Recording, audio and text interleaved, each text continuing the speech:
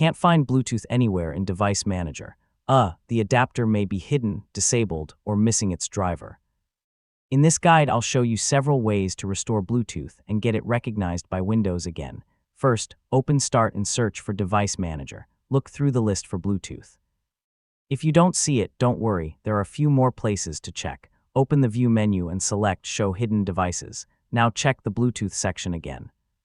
You may see a faded Bluetooth adapter that was previously installed. Next, select Action from the top menu and choose Scan for hardware changes. Windows will search for connected hardware and refresh the Device Manager list. Look under Other Devices for an unknown device or a device with a yellow warning icon. If you find one, open Properties and check Device Status. It could be you're missing Bluetooth hardware without the correct driver. Right-click the unknown device and select Update Driver. Try Search automatically for drivers first. If that doesn't work, download the correct Bluetooth driver from your computer manufacturer's official support website. Open Settings, go to Windows Update, and select Check for Updates. Then check Optional Updates for available driver updates. Install relevant updates and restart your PC. After restarting, open Settings and go to Bluetooth and Devices. If Bluetooth is available, make sure it's turned on.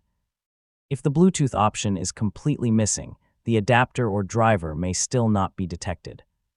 If Bluetooth still doesn't appear, check whether your laptop has a physical wireless switch or function key. You can also check your system firmware settings if your computer provides an option for wireless or Bluetooth hardware. Yeah, some devices can be disabled there.